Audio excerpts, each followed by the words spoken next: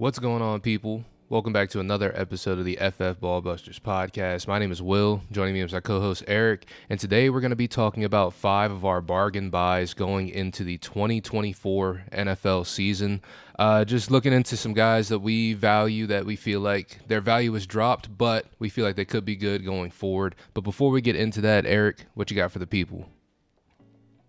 Just a big shout out to our audience, man. You guys have been super supportive. We really, really do appreciate it. But we want to keep all that momentum going, keep that support going. So if you guys do continue to enjoy the content, please let us know by leaving a like on the video, hitting that subscribe button, and hitting that notification bell so you can stay up to date with all of our latest releases. And also, if you want to be part of our community, go check the links down in the description below for our link to our Discord. It's really been growing and popping off. People are talking in there every single day about new startups. If you're interested in joining one of those, or just about trade discussions, player evals, all that stuff, you guys would love it. So hop in there. But yeah, I think that's all I got, and I'm excited to talk about some of these discount buys. Absolutely. So we're going to go ahead and jump into it. Eric, who is your first buy for this video? Yeah, so I'm going to start at the quarterback position here. I'm going to go down all the way to Keep Trade Cuts quarterback 26. That's going to be Kirk Cousins. He is currently a free agent, but in terms of his next team odds, according to DraftKings, the most favorable outcome is that he returns to the Vikings at minus 200, and then the next best outcome is going to the Atlanta Falcons at plus 300. If he does come back to Minnesota, he's got one of the best wide receiver duos in the NFL. Eventually, Hockenson will be back as well.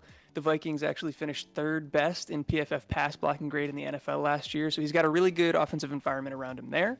And then also, if he does go to Atlanta, the second, most popular landing destination for him at this point, they got Drake London, Kyle Pitts, Bijan Robinson, and the 8th overall pick, which I think they could use to bolster the offense even further. They have a coaching staff I believe in, and their offensive line also ranked 4th in PFF pass blocking grade, right behind Minnesota. And then in terms of him individually, he was the QB7 in points per game prior to his injury this year, and he hasn't finished outside QB1 territory in fantasy since 2019. I do understand that he's old and that the Achilles injury is a severe one, but it's not like he's a running quarterback. Mm-hmm. So as long as his recovery process goes smooth, I'm not that concerned with re-injury for him necessarily. And I just think on a contending team, he would be a fantastic buy to have as your QB2. No, I completely agree with that. I think, like you said, as a player, the Achilles shouldn't be something that really, really hinders his game too much. He may take a step back, but it's not going to be anything super noticeable. And with Minnesota and Atlanta being the two most probable landing spots, it's just more Kirk Cousins, more of what we've seen. And he's been one of the more underrated quarterbacks as of late, especially in fantasy. So I definitely like that a lot. So, speaking of the Atlanta Falcons, I'm moving on to my next buy. It's going to be Drake London at the wide receiver position. He is currently the wide receiver 14 on Keep Trade Cut at 22.6 years old, about to turn 23 before this season.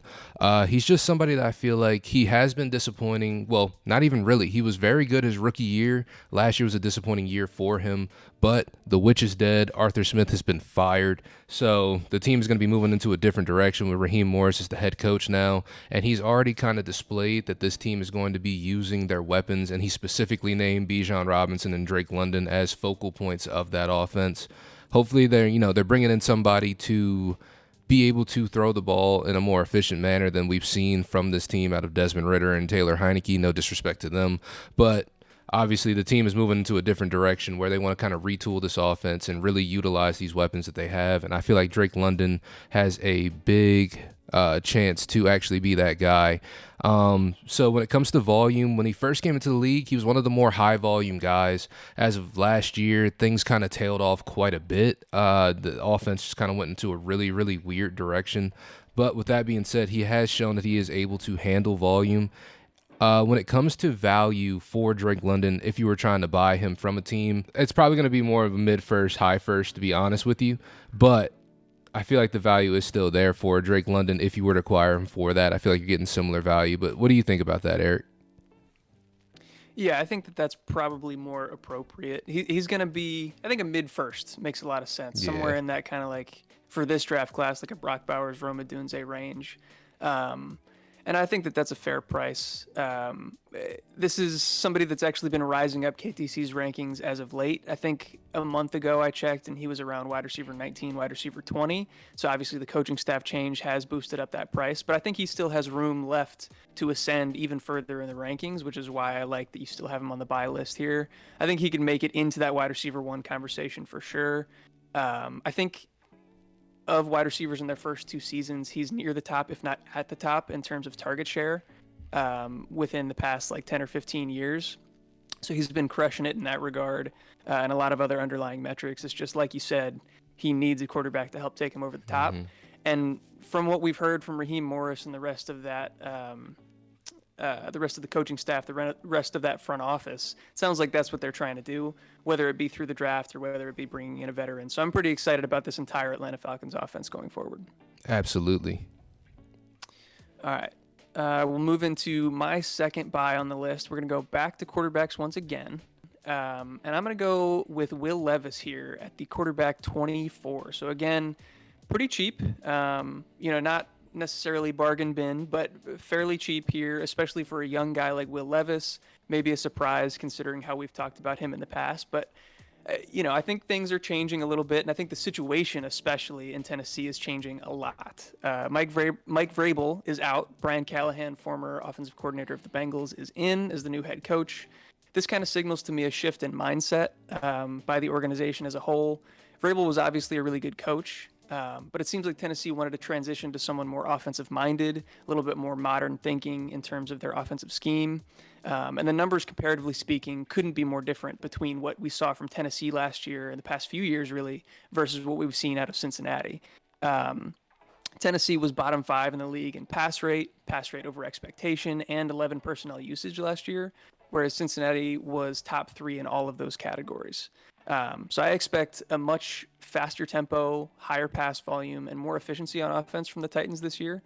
And also they have the 7th overall pick in the draft coming up this April. And so two main things that we've seen mocked to them so far during the pre-draft process have been offensive line and pass catchers, both of which I think are sorely lacking for Tennessee, and both of which I think would really help Will Levis in his development and his growth. And then just the last thing here, kind of to reiterate what I talked about in the beginning, didn't love Levis as a prospect necessarily coming out of Kentucky, but he showed this year that he definitely does have that NFL arm talent. And I think he showed good leadership, good toughness. He's developed a good relationship with a lot of the guys on the team. They speak highly of him. And so at quarterback 25, 24 prices, I just don't think you have very much to lose, and there's a lot more to gain by buying Will Levis at this point. Yeah, I absolutely agree. I think, like you said, with Brian Callahan coming in, I feel like the whole team philosophy has kind of shifted from the, defensive, slow offense to more of a high-powered offense with, who knows how the defense is going to do, but that remains to be seen. But like you said, that should benefit Will Levis in terms of just volume and in terms of opportunities for everybody on this team. And if they were to bring in a pass catcher, that'd be amazing, honestly. I think Will Levis, like you said, he's got a lot of room to grow, and this could be a big step-up year for him. Absolutely. All right, so who is your next buy on the list? So my next buy on the list, we're going to stay with the running backs. We are going to be talking about Mr. Tyjae Spears, who is currently the running back 14, going behind guys like Rashad White, Isaiah Pacheco, and James Cook. But I think that, like you said, with the whole sort of offensive philosophy changing over there with Tennessee, with Derrick Henry possibly being out the door, at least most likely being out the door, it looks like at this point, I think this is an opportunity now for Tyjae Spears to take that next step up. Now, with that being said, I do feel like this buy sort of comes with a caveat because, as we knew with him coming into the pre-draft process, he doesn't have an ACL in one of his knees, which may or may not turn out to be a problem at some point by the end of his rookie contract. Who knows? But with that being said, this may be a short-term buy or a buy that you have for a couple years and then you try to move him after that. Who knows? But with that being said, he was a guy who was very involved with this offense. Even with Derrick Henry there, he still caught 52 passes for like about 400 receiving yards. He only scored 1 touchdown, but of course, with Derrick Henry on the team, he's going to get those red zone opportunities, so that just kind of makes sense. I believe he was 7th in the league with breakaway run rate with 7%. So he is someone who is still explosive, minus that whole knee situation going on. So I feel like you said, with the offensive opportunity changing, or the offensive philosophy changing and with just more opportunity, his efficiency may come down. He was very efficient with the touches that he had, but with volume going up, this is a good opportunity for this to be Tyjae Spears' offense. So I'm really optimistic going forward, and I'm really excited about Tyjae Spears, honestly. I think he's got a lot of juice left. Yeah, I like that one a lot. To add even more into what we talked about with his efficiency, he was 13th in fantasy points per opportunity, 5th in yards created per touch, 5th in breakaway run rate, like you mentioned, 4th in juke rate, and then 7th in target rate with 70 total targets on only 35% of the opportunities. So incredibly efficient. One thing that I'll also say that's kind of devil's advocate a little bit is that I do expect them to bring in another running back to kind of compete with him. But again, he can continue to be efficient on slightly increased volume, even if he does share this backfield, because they're not going to bring in another Derrick Henry. Right. They're not going to bring in somebody that's going to handle that type of workload. So he's going to get increased volume, maybe just not workhorse volume, but that's okay because of the type of mold that he fits into. Yeah, and I think that would still even be better because, he would last a little bit longer in the league because we don't even know if he can handle being a workhorse at this point. So I think that'd be excellent. Yeah, very true. Very true. All right, and then that will lead us into our last buy of the list here. I'm sticking at the running back position, but we're going way, way, way down. Clearance rack type buy to RB 44. We're talking Khalil Herbert. I want to give a shout out to Ron Stewart, another fantasy analyst in the space. He beat me to this take. This is something that we had been thinking about for a little bit, but he put out a video recently where he labeled Herbert as a buy, so I would suggest you go check out his video as well. But in terms of my analysis for it, he's just been one of the most efficient running backs in the entire NFL over the past 2 seasons and managed to maintain a high level of efficiency last year, even while facing one of the highest rates of stacked boxes in the league. The only running backs remaining under contract in Chicago for 2024 are Herbert and Roschon Johnson. Clearly, the fantasy community seems to be on the side of Roschon in terms of who they think is next up in this backfield, but I still think Herbert is the best running back on the team, which was evidenced by Herbert's .97 rushing yards over expected, which was not only first on the team, but second in the NFL, only behind Devon Achane, which is huge, one of the most efficient running backs we've ever seen, or at least in the past few seasons. And Roschon was actually last on the team in rushing yards over expected at negative .46, behind Deonta Foreman and Darrington Evans. Herbert also led the team in yards per carry and EPA per rush. Another positive thing situationally for Herbert is that Chicago hired Shane Waldron as their new offensive coordinator. He brings with him a really efficient, up-tempo offense that I think is very different from anything that we've seen in Chicago as of late.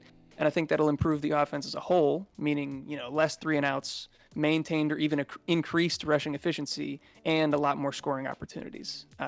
And then even on top of that, it seems most likely that the team is going to trade away Justin Fields, draft Caleb Williams. And so kind of shifting away from that run-first quarterback will probably mean even more fantasy points going towards the Bears running backs. So with Herbert being ranked as the 44th running back on Keep Trade Cut, you can throw him into the back end of a package deal, or if you want to trade for him straight up, you can probably get him for as cheap as like a third and a fourth, somewhere in that range. And I just feel like there's absolutely nothing to lose at those type of prices. Yeah, honestly, like you said, he's basically free at this point. And he's somebody who is very involved in their offense. In terms of like route participation, he was like 31st with like 37.5, which was way more involved in the passing game than we thought he was going to be. We thought that was going to be just sort of like Roschon Johnson's role with the offense, but he was still super involved with that too. So I think, like you said, it's very optimistic for him going forward. And for these prices, you might as well take the shot. Yeah, absolutely. But yeah, I think that will round us out. 5 guys that we think that you should buy. A couple that are probably around retail price, a couple that are at like sale price, and one that's, like I said, that clearance rack type discount. So if you're interested in any of those ranges of guys, let us know what you think of that list in the comments down below. Let us know who else you're trying to buy this off season, and maybe we'll continue to do more videos like this. I know that we are going to do another video pertaining to the opposite side of the spectrum, sells, later on this week. So if you're interested in that, feel free to stick around, check that out. Hit that notification bell so you stay up to date with stuff like that. Also hit the like button if you enjoyed. Hit the subscribe button. That would help us out a ton. But I think that's all I got.